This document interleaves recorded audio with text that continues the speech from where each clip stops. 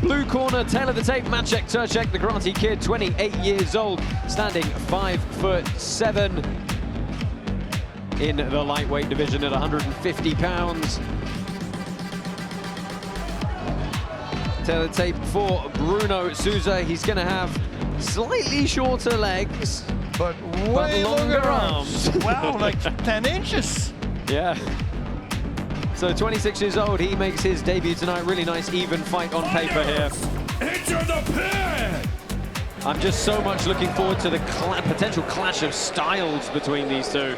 Yeah, Maciej, he's going to fight very close, and especially with his shorter arms. And that's where he needs to fight. He cannot give space to Souza because coming from the Machida camp, distance is perfect. Karate Combat 35 is powered by Hedera. Mark Goddard, your referee, gets this one underway. 3 minutes on the clock in the opening round. Black pants for Bruno Souza, white pants for Maciej Tercjak. We'll see if Tercjak is using his leg kick. We know that one of the main strengths of Kyokushin karate is the leg kicks. And the beautiful high kicks on very close distance. Absolutely, and the advantage for him is his legs. If I'm talking about the length, he's got longer leg but shorter arms. Lovely speed on those punches from Souza, getting on the inside, landing a couple of short strikes. He's got the much lower guard here. Oh, the pelotas! Low blow. Well, was it a low blow? It looks like he's grabbing his knee or his shin. I need to see a replay of what happened there. Well, you grab everything if you get hit there, man. It's not good. Let's have a look back at the replay. Right in there. He didn't turn over his hips. And if you don't turn over your hip, the ankle's going to go straight up. Oh, that is as unpleasant of a low blow as you're going to see. Completely unintentional. Oh, and I'm talking to this about my students all the time. If you see somebody getting kicked in the pelvis, he doesn't open his hips. He keeps his right foot, his toes pointing straight forward, and then he kicks, and then they have an upward angle instead of the angle that you need in order to land like a 90-degree angle. And one technical, also I will say material important thing to talk about is when you buy a cup, you have either a choice of buy a plastic one or a metal one. Buy a steel one. Steel, yes. 100%, always been carrying a metal one. So he's going to get 5 minutes to recover here. So let's touch on this real quick. This is a pretty significant thing he has to deal with now. This could throw him completely out of his game plan. If he comes up from it, because this was a very hard kick. Yeah, I mean, look, for the folks at home, it's not unheard of that some of these kicks do cause enough damage that the fight cannot continue. Yep. Right? That has happened before, even with cups on. Yep. Yeah, it's rare. It's rare, but it happens 100%. So it's unfortunate. It's a fight that we all want to see for quite a while, but unfortunately, we'll see. He seems like he's coming back. So yeah, I mean, he's gonna take some breathing here. He's got the 5 minutes. You know, 5 minutes is a very long time. Yeah, you know, one thing that I've been told to do when you get hit in the groin is to jump on your heels. Really? I don't know how efficient it is, but that's what we used to do. Gingiri, that's the kick to the pelotas. Loads of time. It actually has a name. I got to be honest, I didn't expect it to have an actual name. Yes, it does. I'm trying very hard not to. Gingiri, that's right. Gingiri, yeah. Oh my goodness. Be mindful of the technique. I deem it as accidental. Let's take a look at the Machidas in the house. Lyoto Machida, the former UFC champion, and his father, Sensei Yoshizo. And you see Machida is screaming at his fighter to jump on his heel. Yeah, exactly what I'm saying. So to come back down, I guess that's what it is. Well, there we go, Lyoto's father, Yoshizo Machida, in attendance tonight. And Bruno Souza is straight back at it now. Let's see if he can regain some composure after that very unfortunate low blow.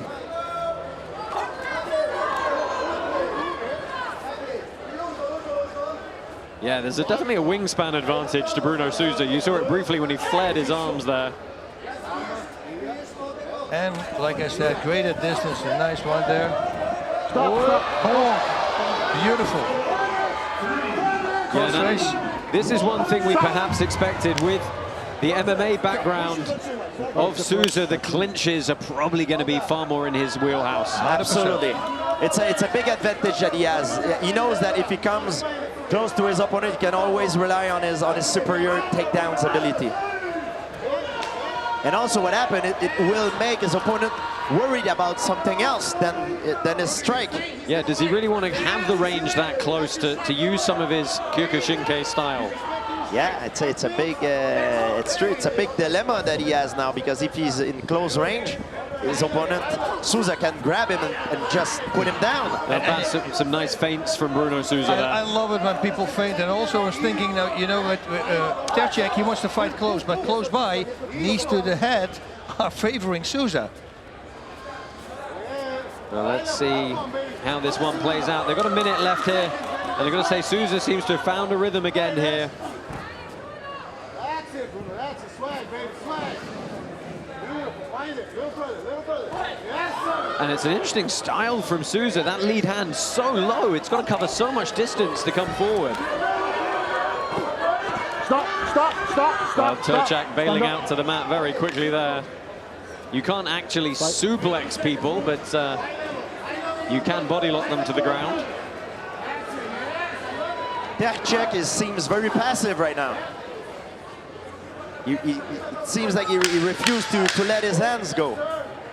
Souza's all over the place. Every time that into the head. The first Good one, knee from Souza. Look at that lovely kick to the leg as well. And that was a lovely flurry from the Oh, I love it. Brazilian at the end of the round. So let me rectify this. So Toby, he's a Yodan Giri. That's it. Flying kick to the head. Well, let's take a look at some of the replays here. Bruno Souza admitted to us in interviews that his problem is he's a slow starter and he couldn't afford to be here, and boy, he turned it up at the end. That's what he said. You know, I told him, I said, well, why don't you go really hard in the dressing room? He said, that's exactly what we're going to do. Have a little bit of a sparring session, you know, a little good one with a guy that you can trust, you know, so you don't get hurt. That's a very good point. That you're. Yeah. I know a lot of guys like this. They want to start the fight already on their second win. That's why I do. People freak out. I do 10 rounds in 2 minutes, full power on the time pads in the dressing room. I go in with my second win. I hate the dip. I had it one time. Thankfully, I still pulled off a victory, but I never want to have again. That was hard. You're enjoying Karate Combat thanks to our sponsor Manscaped. To help us keep bringing you the best events possible, please support Karate Combat by logging on to manscaped.com now and using the code KC20 for 20% off. Souza's going to stay away from the Manscaped for a little bit, I think. Oh, lovely little crescent kick, or question mark crescent kick. We saw Omaira Molina, who's probably going to fight in the next show, throwing some really good question mark kicks on online. Tercjak needs to use his leg kick, you know, and that's one weapon that he needs to use, especially against a style like Souza. It's a wide stance, you know, and his mobility is superior. So you need to attack the leg. Constantly, and it's his bread and butter, he's a Kyokushinkai. That's one of the main targets we have there. He can't play a boxing game with Souza, he's gonna lose. That was a nice little blitz from Tercjak, but Souza very much in a rhythm now. Love it. Nice little stab kick, switching stances around, going to southpaw here. Yeah, and you just switch stance in the middle of a combination. I love it. It's like a TJ Dillashaw, you know? Oh, nice little digging hooks to the body, moving out of the way. Definitely in the zone now is Souza. That stabbing foot, pulling the toes back with the ball. That kick hurts. Oh, that kick hurts. I saw Tercjak was react like in a weird way after you got hit with that kick. It's like in a stabbing motion, right in the stomach. That really hurts. Good catch of the kick, and he's going to get 5 seconds of ground and pound here, and this is good posture and good ground and pound. Hooks, crosses.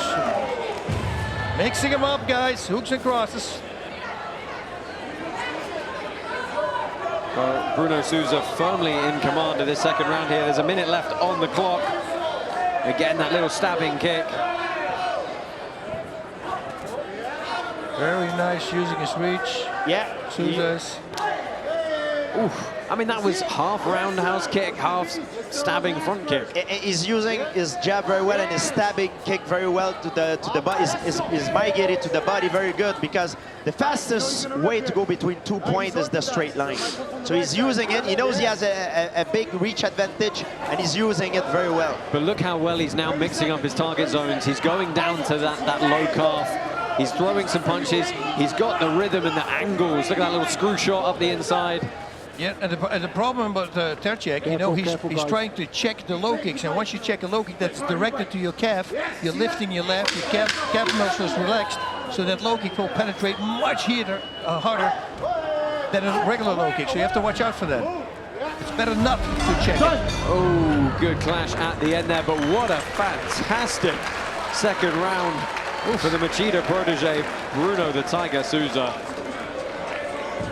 And give us your thoughts on that second round, guys. I think no question, Bruno Souza 100% ahead there. 100%. He's taking control of the fight as it goes, you know.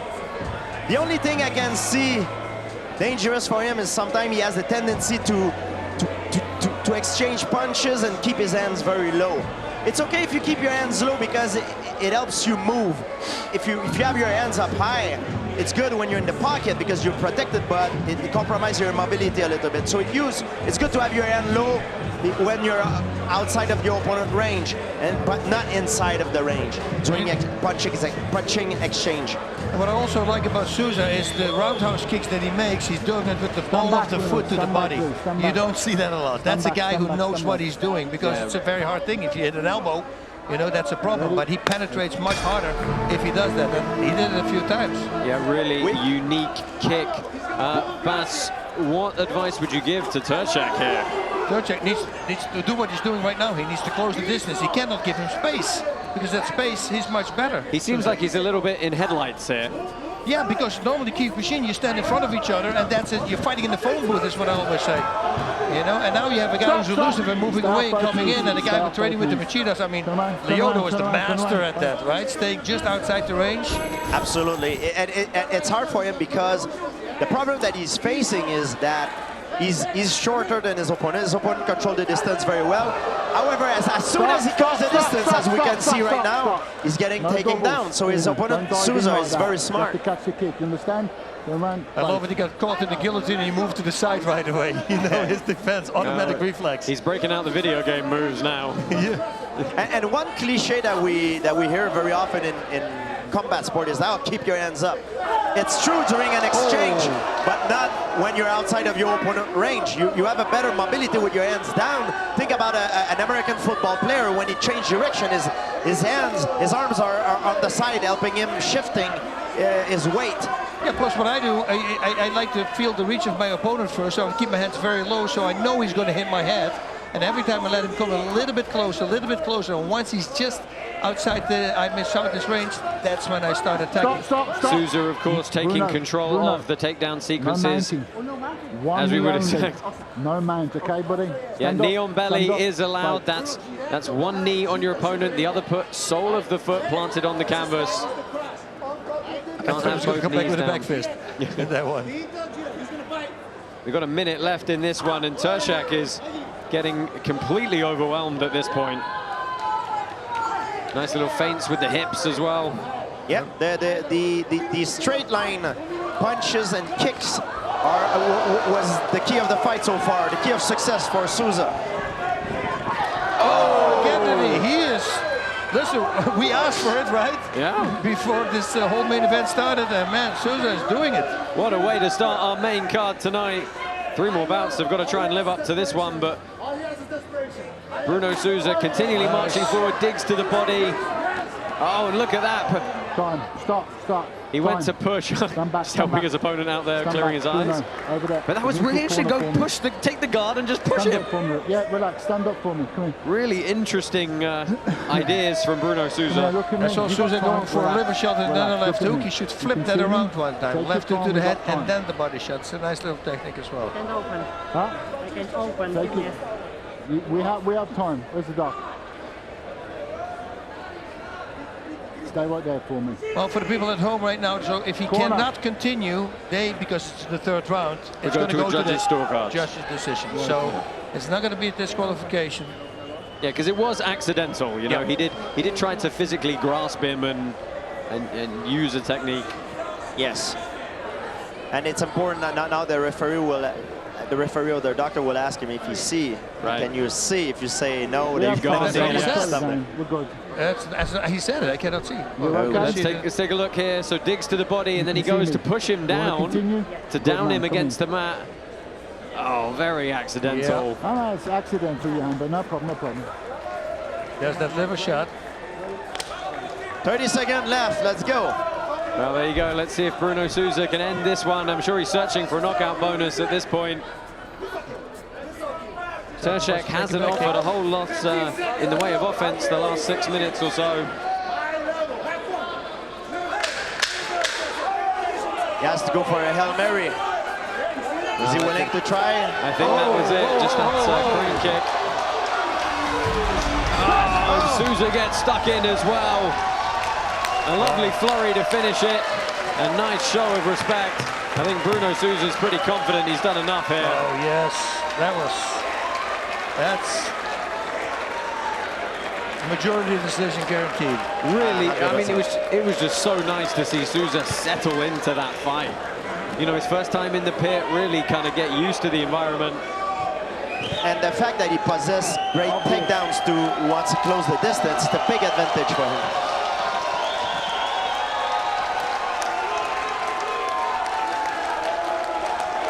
So we have a judge's decision to render here. Well done, guys. Good job. Well done, good In job. front of Master Machida. He did well, my boy. Inside.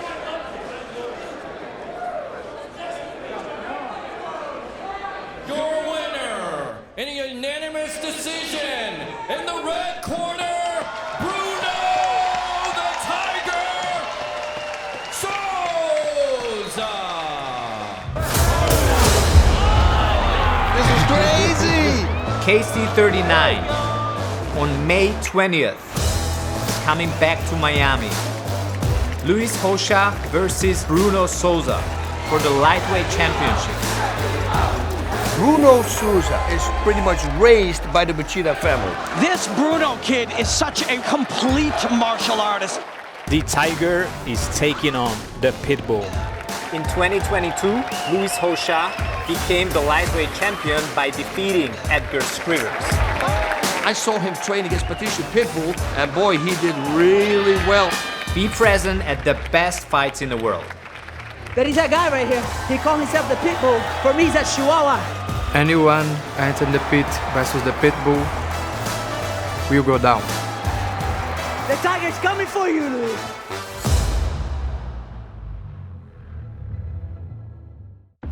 Thanks for watching. I'm Layla, and if you liked what you just saw, make sure you subscribe.